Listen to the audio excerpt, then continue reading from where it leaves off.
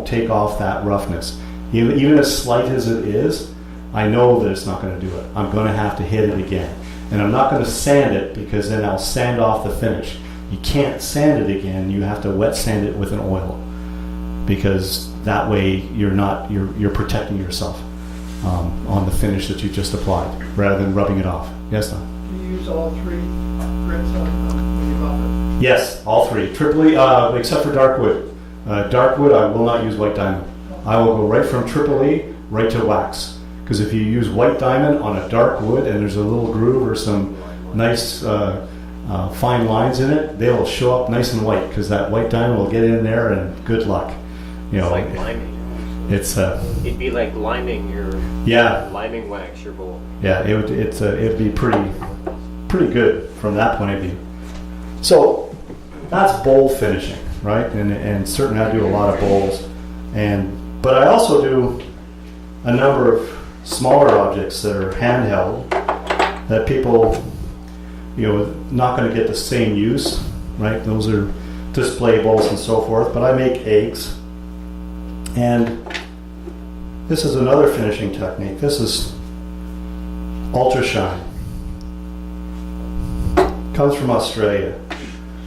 And they treat it as shallow wax. Here, I'll just turn it.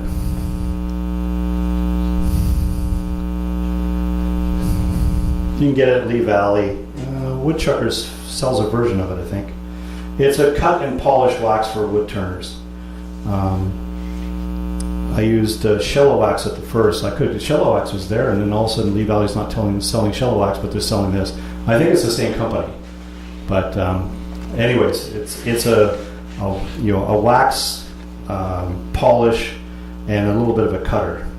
And you grab just a very small amount of this stuff, about that much.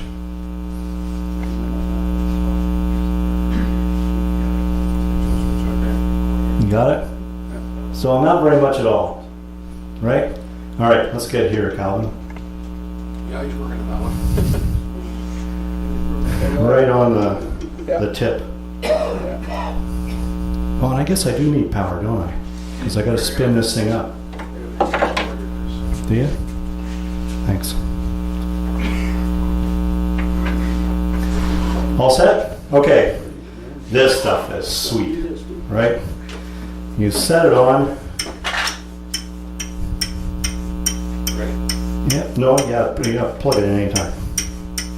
Make sure it's off. Make sure it's off. Yeah. Let's go. Zip.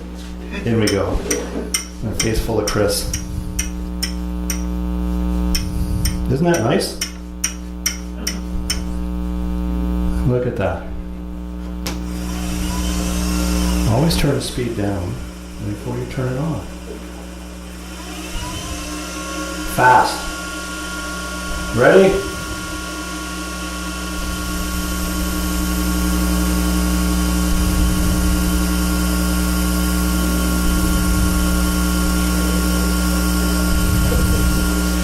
And you're using a fair degree of pressure. You're not light with this. I've got good pressure on my fingers. You can see my fingers are white because I am putting some pressure and I am feeling heat on my fingers, which is what you want to feel. Take it off, turn it over, wipe off the excess. This guy is $30. And I can do just a boatload of stuff with it, finials or small items. And these are small items. I wouldn't do a box with it. If I'm doing boxes, I'll go with tongue oil. But if I'm doing small things like this or angels that don't get a lot of handling, I'll do that. There. It's warm. Would it wear off? To feel on it, yes, it will wear off, and typically I might follow it up with some Renaissance wax or everything else, or a little bit of beeswax to polish it up some more. But that will stay a good long time. If you're going to spend all day handling it, it will wear off.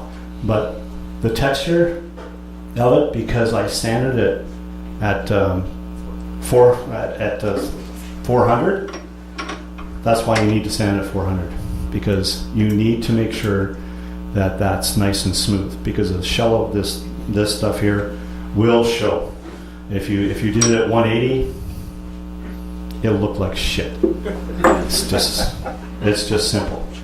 You take the cloth, don't reuse it again, just turn it in on itself.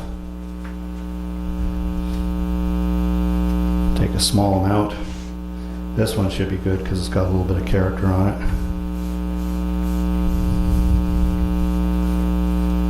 Make sure you're... What's it do on dark woods? Even better.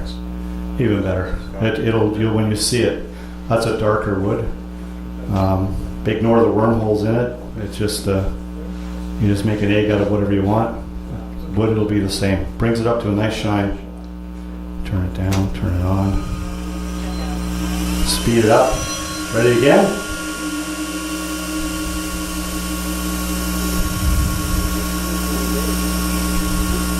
And you can see it. You'll see the odd piece of wax coming, or odd piece coming off of it. Make sure when you go this far in that your fingers don't go into your chuck. It hurts. Don't ask me how I know that. But you're pushing so hard this way, and then you're pushing sideways, and you're pushing, and you're pushing, and you're pushing, and get here, and all of a sudden, zip, off you go. And so now I can feel the heat on the back of my thing, on the front of my fingers there. Turn it around.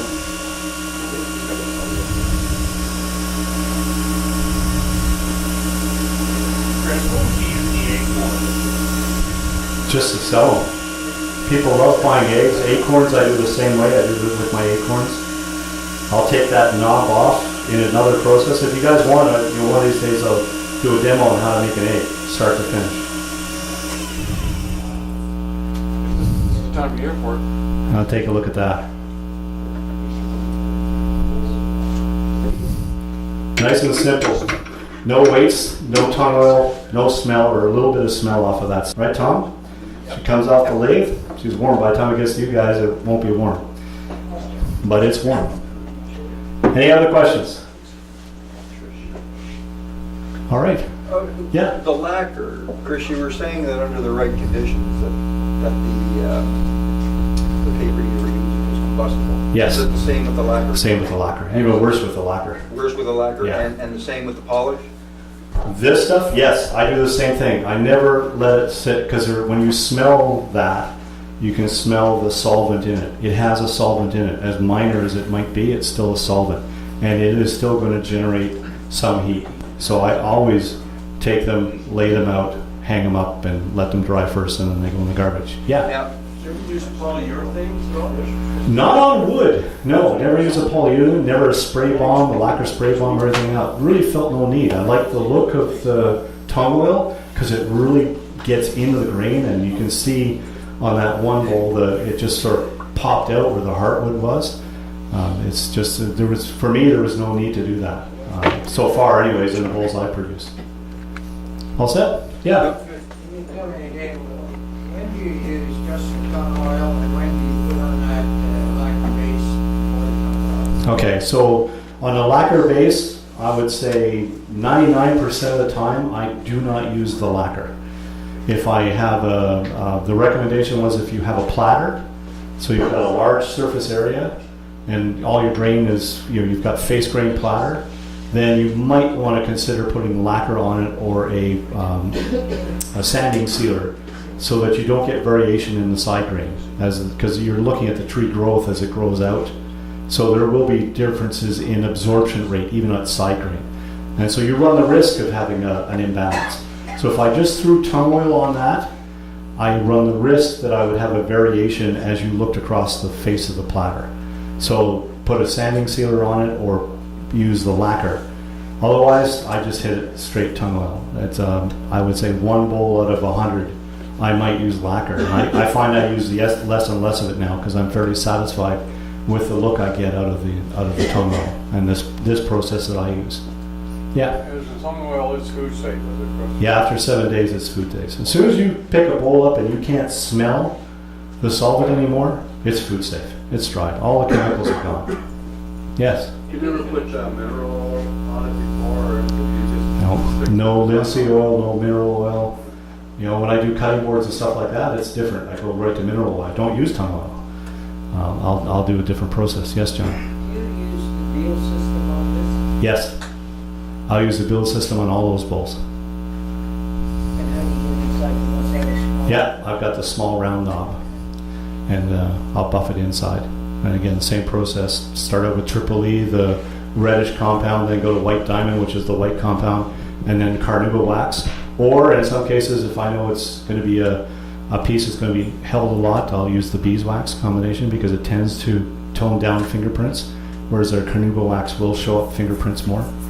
So it just depends on what you sort of like to do, and you develop your method. Anyway, so that's the process. Thanks. Very good.